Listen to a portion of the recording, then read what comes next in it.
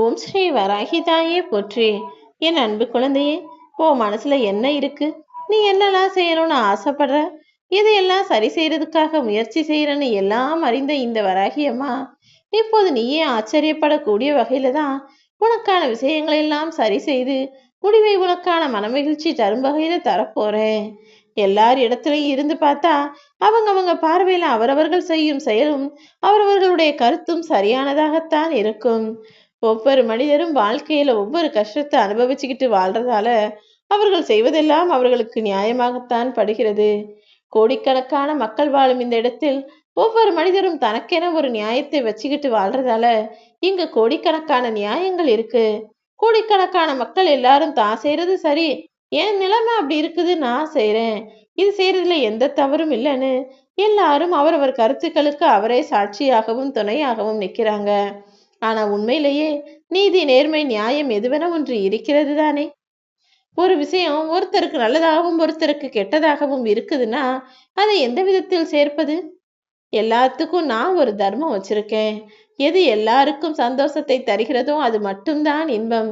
எது யார் மனதை ஒருவருடைய மனதை கஷ்டப்படுத்தினாலும் அது நிச்சயம் துன்பம், அது தவறுதான் என நான் எழுதி வைத்திருக்கிறேன். எல்லா மனிதர்களுடைய பக்கமிருந்தும் நான் யோசிக்க முடியாதல்லவா? பொதுவாக எனக்கு எல்லாருமே பிள்ளைங்க தான். ஒரு மனுஷன் நான் பொருளை விற்கிறேன், அதனால லாபம் சம்பாதிக்கிறதுக்காக காசை நிறைய வச்சு விற்கிறேன்னு சொன்னாலும் அந்த காசை அதிகமாக வைத்து விற்பதால் இன்னொருவர் கஷ்டப்படுகிறார் என்றால் அது தவறுதானே. அப்படி இருக்கும்போது நான் இரண்டு பக்கமும் பார்த்துதானே அவர்களுக்கு உரிய நீதியை சொல்ல முடியும். என் அன்பு பிள்ளைகளே, உங்க எதிர்த்தரப்பில் இருப்பவரும் எதிரில் இருப்பவரும் என்ன கஷ்டத்திற்கு உள்ளாவார் என்பதையும் யோசிச்சு எல்லா விஷயங்களையும் செய்ய பாருங்க. தளராத இதயம் உள்ள மனிதன் யாராக இருந்தாலும் அவர்களுக்கு எப்போதும் நான் முன்னேறுவதற்கு உறுதுணையா இருப்பேன். அவங்களால முடியாத காரியம் என எதையும் விட்டு வைக்க மாட்டேனேன் செல்லமே. பூக்களிடமிருந்து அந்த பூக்கள் எப்படி அழகாய் புன்னகை பூக்கும் முகமாய் விரிந்திருக்கிறதோ அதை பார்த்து நீயும் சிரிச்ச முகத்தோட இருக்கணுங்கிறத கத்துக்கோ. அதே போல அந்த பூ அவ்வளவு அழகா மேல இருந்தா அதை யாராவது பறிச்சிருவாங்களேன்னு அதற்கு கீழேயே முட்களை வைத்து அது பாதுகாக்கிறது அல்லவா. அந்த முட்களிடமிருந்து நீ முன்னெச்சரிக்கையோட இருக்கணும்.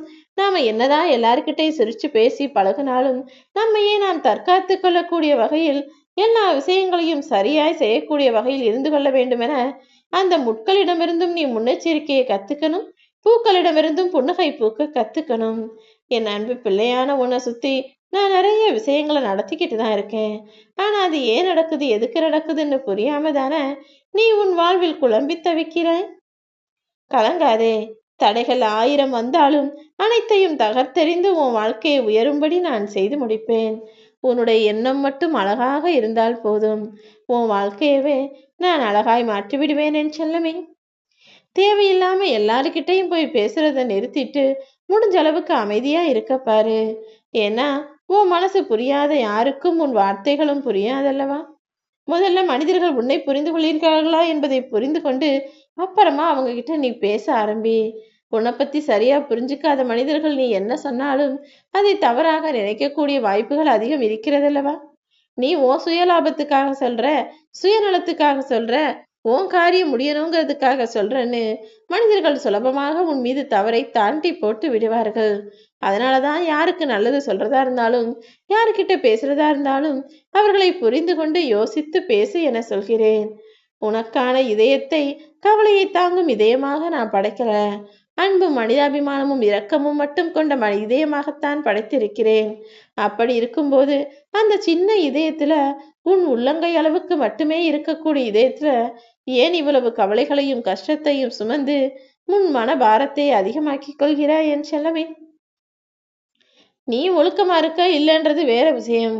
ஆனால் எந்த மனிதர் அடுத்தவரின் ஒழுக்கத்தை தவறாக விமர்சிக்கிறாரோ அவர் செய்வதும் ஒழுக்கமற்ற செயல்தானே.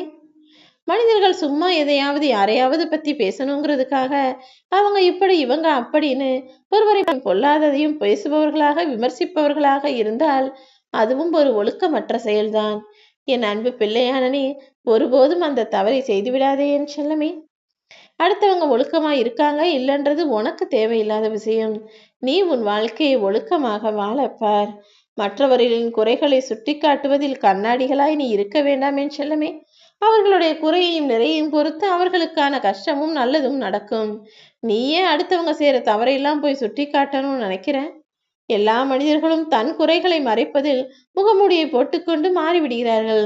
ஆனால் வேற எங்கேயாவது யாராவது தவறு செஞ்சா மட்டும் உடனே அந்த குறையை சொல்லுவதற்காக ஓடி பாய்ந்து வருகிறார்கள் அல்லவா? 26 எழுத்துக்கள் தெரிந்தவனெல்லாம் துணிந்து பேசுவான். 247 எழுத்துக்கள் தெரிந்தவன் பணிந்து போகிறான் என்றுதானே இப்போது இந்த உலகம் இருக்குது. நான் சொல்றது என்னன்னு உனக்கு புரிஞ்சிருக்கும்னு நினைக்கிறேன். இந்த உலகம் உனக்கு நிறைய விஷயத்தை கத்து கொடுத்திருந்தாலும் அதில் மிகவும் முக்கியமானது என்ன தெரியுமா? யாரையும் அவ்வளவு சுலபமாக நம்பக்கூடாது என்பதுதான்.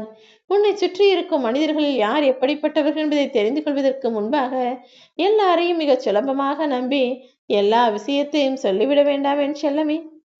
இந்த உலகத்துல உனக்குன்னு யார் இருக்காங்கன்னு யோசிக்கிறத விட்டுட்டு உன்னை நம்பி யார் இருக்காங்கன்னு யோசிச்சினா அவர்களுக்காக உன் வாழ்க்கையை வாழக்கூடிய அளவுக்கு மன தைரியமும் திறமையும் சந்தோஷமும் உனக்குள்ள வந்துடும். யாராவது உன்னை புகழ்ந்து பேசினால் அதுக்காக நீ மயங்கி போகவும் வேணாம். யாராவது உன்னை இகழ்ந்து தாழ்வாக பேசினால் அதை நினைச்சு நீ தளர்ந்து போகவும் வேண்டாம். நீ நிம்மதியாக வாழணும் தானே நினைக்கிற? அப்பனா உன் மனசுல கவலைகளை கொடுக்கக்கூடிய மனிதர்களை விட்டு அவர்களை பார்ப்பதையும் பேசுவதையும் விட்டு விலகி நின்றுவிடு. அதுதான் உனக்கு நிம்மதியை கொடுக்கும். இன்று இல்லை என்பதற்காக நீ எதிர்பார்த்தது இன்னைக்கு கிடைக்கலங்கிறதுக்காக வாடி வதங்கி ஓடி ஒடுங்கி போக வேண்டாம். எல்லாமே அதுக்கப்புறம் நான் உனக்கு கொடுக்கும்போது எல்லாமே எனக்கு இருக்கு, எல்லா வசதியும் வந்துருச்சுன்னு அதிகமாக ஆடவும் வேண்டாம் என் செல்லமே. இல்லைங்கிறதுக்காக ஓடி ஒளிகிறவனுக்கு எப்படி மீண்டும் நான் நல்லதை கொடுக்க முடியும்? அவன் பயந்து போய் மூளையிலே முடங்க வேண்டியதான். இருக்குன்றதுக்காக ஆடி ஆணவத்தோடு இருக்கக்கூடிய மனிதனும் சீக்கிரமா அழிவை சந்தித்து விடுவான். அவனுக்கும் நான் எதுவும் தரமாட்டேன். அப்ப என்ன பண்ணணும்? எப்போது என்ன வேண்டுமானாலும் எது வேண்டுமானாலும் நடக்கலாம் என்ற எண்ணத்தோடு அன்போடும் பணிவோடும் பொறுமையோடும் எளிமையோடும் உன் வாழ்க்கையை வாழ ஆரம்பிக்கணும். அப்போதுதானே இருப்பது பறிபோகாமல் இல்லாததும் உன்னை தேடி வரும். முயற்சி செய்வதும் முடிவு எடுப்பதும் நீயாக இருக்கும்படி உன் வாழ்க்கையை அமைச்சுக்கோ. உன் வாழ்க்கையில உனக்கு நல்லது நடக்கணும்னு சரியான சிறப்பான முடிவுகளை முதல்ல எடுத்துடு. அதுக்கு பிறகு அதை அடைவதற்கான முயற்சிகளையும் திறமையாக செய்து முடி. நிச்சயமாய் நீ உன் வாழ்க்கையில் முன்னேறலாம் என் செல்லமே. ஒருபோதும் கடவுளை பார்க்கலன்னு மட்டும் சொல்லிடாத. பல சமயங்கள்ல உனக்கு கஷ்டத்துல உதவக்கூடிய மனிதர்கள் எல்லாருமே என் ரூபமாகத்தானே உன்னை நோக்கி வந்துள்ளார்கள். இலகன மனசு உள்ளவங்களையும் எல்லாரையும் பார்த்து இறக்கப்படுபவர்களையும் இந்த உலகம் இலக்காரமாக தான் பார்க்கும். நீ அப்படி இருக்காத. நல்ல மனசு கொண்டவங்களை நீ நட்பாக வைத்துக்கொள். உன்னை யாராவது இலக்காரமாகவும் மட்டம் தட்டி பேசினாலும் அதை நீ பெரிதாக எடுத்துக்கொள்ள வேண்டாம். ஏன்னா அவர்கள் செய்வது தவறுதானே. அதற்குரிய தண்டனையை நான் பார்த்துக்கிறேன். எப்போதும் என்ன நடந்தாலும் எது நடந்தாலும் எல்லாம் நன்மைக்கே என்ற நம்பிக்கையோடு உன் வாழ்க்கையை வாழ ஆரம்பி. யாரெல்லாம் உன் கூட இருப்பாங்க, யாரெல்லாம் உன்னை விட்டு போவாங்கன்றத காலம் முடிவு செய்யறது கிடையாது. ஒவ்வொரு மனிதருடைய நடத்தையும் செயலும் தானே அதை முடிவு செய்யுது. ஒவ்வொருத்தரும் அடுத்தவங்க கிட்ட எப்படி நடந்துக்கிறாங்க, எப்படி பேசுறாங்கன்றத பொறுத்துதான் மற்ற மனிதர்கள் எல்லாம் அவருக்கு நட்பாகவும் எதிரியாகவும் மாறுகிறார்கள். நீயும் உன்னை சுத்தி இருக்க மனிதர்களிடமும் அன்போடும் பண்போடும் பாசத்தோடும் பேசும் வழக்கத்தை வைத்துக்கொள்.